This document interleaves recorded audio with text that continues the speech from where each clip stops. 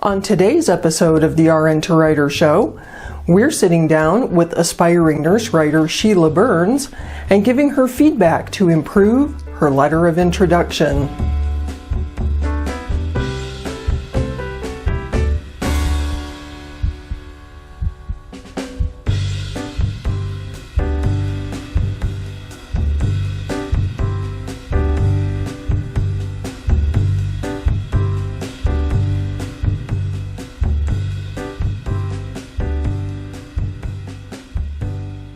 Today we're welcoming aspiring nurse writer Sheila Burns.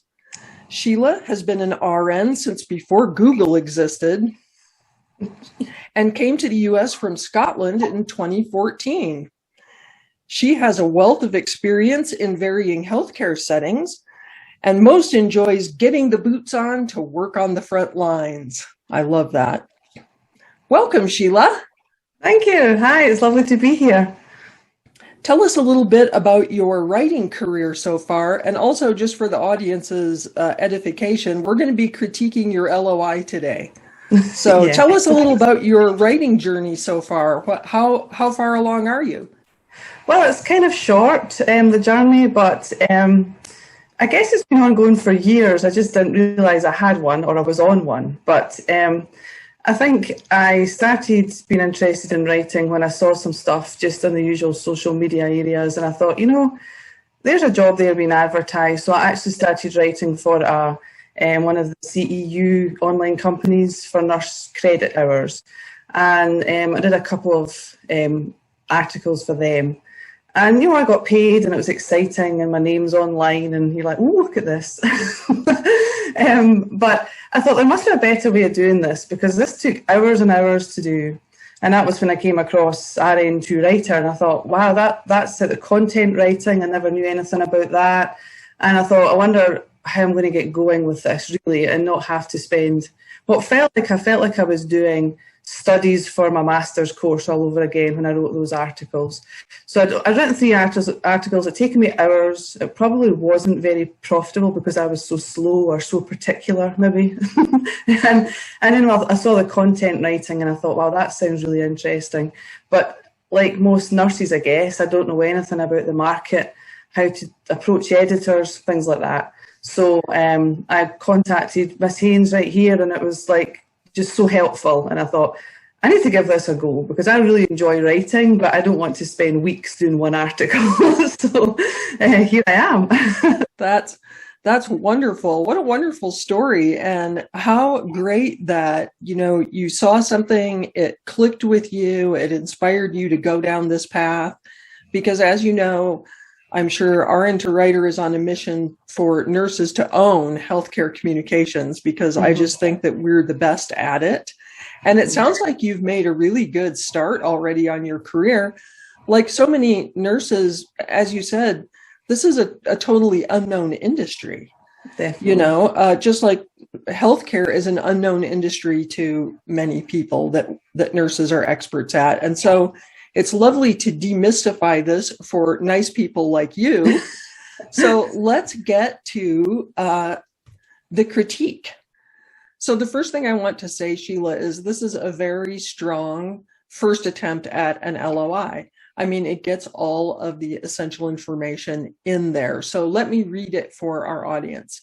Your subject line says, RN freelance writer, which is awesome. That's exactly what it should say. Be to the point so the recipient understands exactly what this is about. That will help prevent this email from getting lost in all of their other junk that comes in every day, like all of us get. And then your actual LOI says, hello, hi, I am a freelance RN writer and contacting you to explore opportunities that would allow us to work together. If you are able to send me a topic with some parameters, I would be happy to send a sample of my work for your perusal. Thank you for your time, Sheila. All right.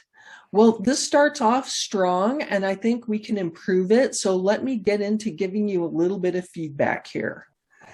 The mere fact that you caught on to this idea and put something together and then put it out there, which takes a lot of courage, yes, is really admirable. So I'm proud of you for doing that.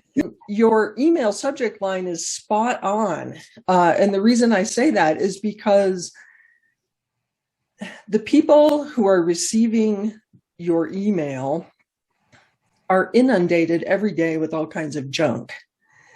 And so, whereas if we were doing email writing for a client, we might go with a very clever subject line to intrigue the recipient into opening it. In this case, I believe it's better to be very upfront about what the email is about so that they can go, oh, wait a minute, it might be something that I'm interested in. If you get too clever, they might just see it as more sales material from a company and scroll past or delete it or whatever. So very good subject line. Now, in the body of it, I think that you do an excellent job of explaining why you're contacting them. You're a freelance RN writer and you want to explore opportunities. I think that is good, right to the point. I think what's missing in here is nothing in here addresses to the recipient what's in it for them.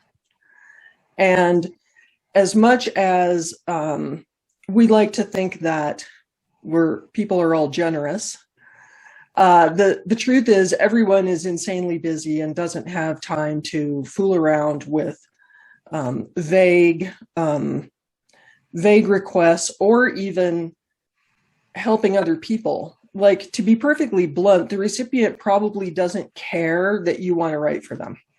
They don't care that, you want to be a freelance writer. What they care about is how that can benefit them.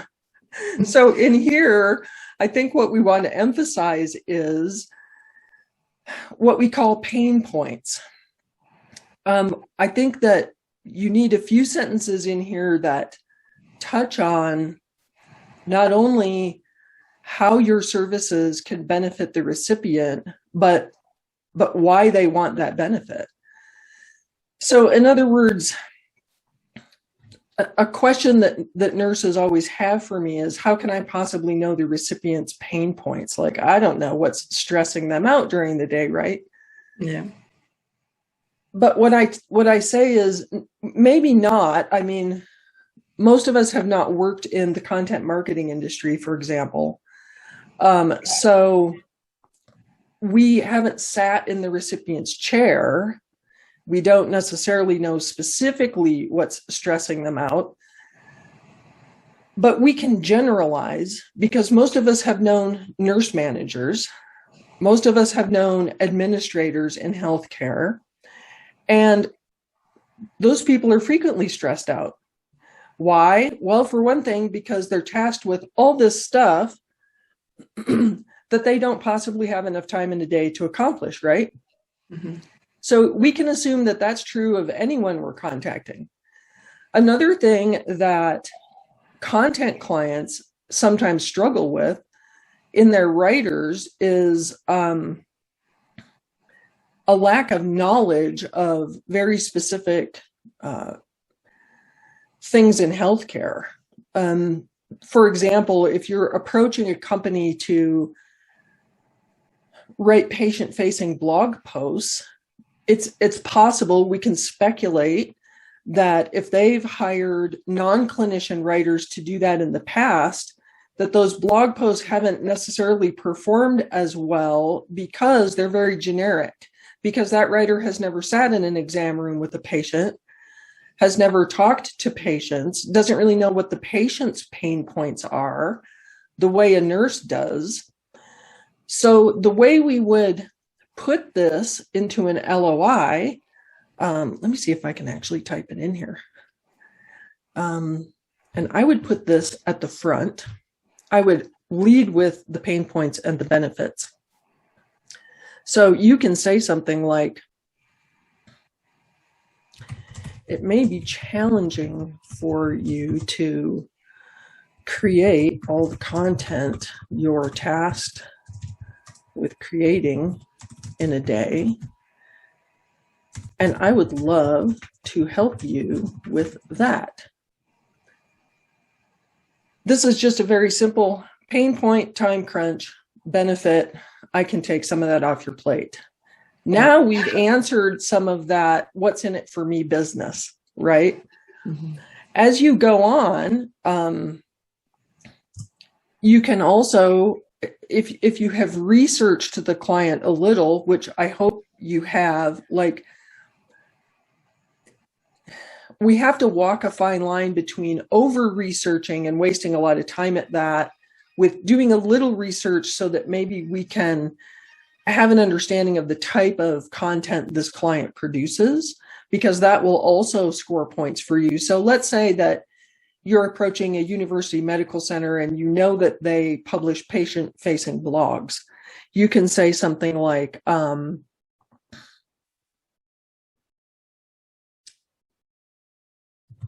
I can write patient-facing blogs like the type you publish on whatever their name of their blog is, and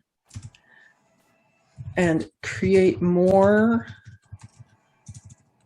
engagement, because I've actually worked with patients who have X, whatever, and understand their frustrations and pain points with healthcare. You know, something like that. Like, I'm just spitballing here, right? Sure. But again, now we have addressed what the benefit is to them. We have their attention just in 2 sentences. Now you can roll into, I'm a freelance writer, RN, and I'm contacting you to explore opportunities that would allow us to work together. This next line, I wouldn't solicit the work right here. So this line that you put in, if you're able to send me a topic with some parameters, I can send you a sample of my work to look over. In a certain way, that's a call to action, a CTA, and you definitely want a CTA in there. I think this one goes a little too far down the road. I think that the better CTA for a letter of introduction is actually just to get them to reply. So I think if I were you, I would put something like,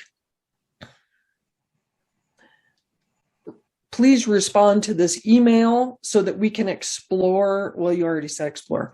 Please respond to this email so we can schedule a time to chat briefly to find out how I could free up some of your time for higher level tasks by writing these blog posts for you, or something along those lines. Does that make sense?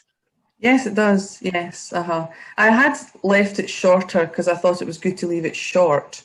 But I don't want to leave it just kind of saying like, hi, because basically that's all I've written. Hey, I'm a freelance RN writer and bye. You know, like I need to put something else in, but I thought it was a bit aggressive, to be honest, but I wasn't sure how else to word it. So yeah, that makes a lot of sense. I think you're absolutely right that you want it to be brief, but there is such a thing as too brief.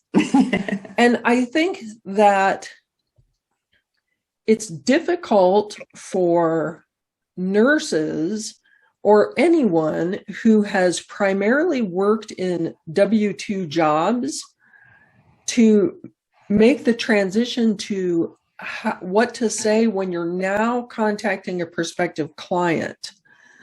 Because, like, if you reach out to a prospective employer, for example, as a nurse, you might very well say things like, I'm reaching out because I'd like to work for you. Let's explore opportunities, right? Right, yeah. But with a prospective client, you have to sell. You have to actually sell the benefit of your services.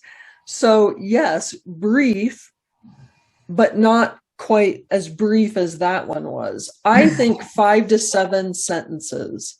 Make sense? Yes, it does. Yeah. All right. Let's let's wrap this up, our 10-minute coaching for the day. I want to thank you, Sheila, for bravely putting your LOI out there and allowing all of us to see it. Because like I said, it was a very strong first attempt. It just needed to be fleshed out a little bit. So, all right. Well, and thank you to our listeners and our viewers. Until the next episode, keep pitching.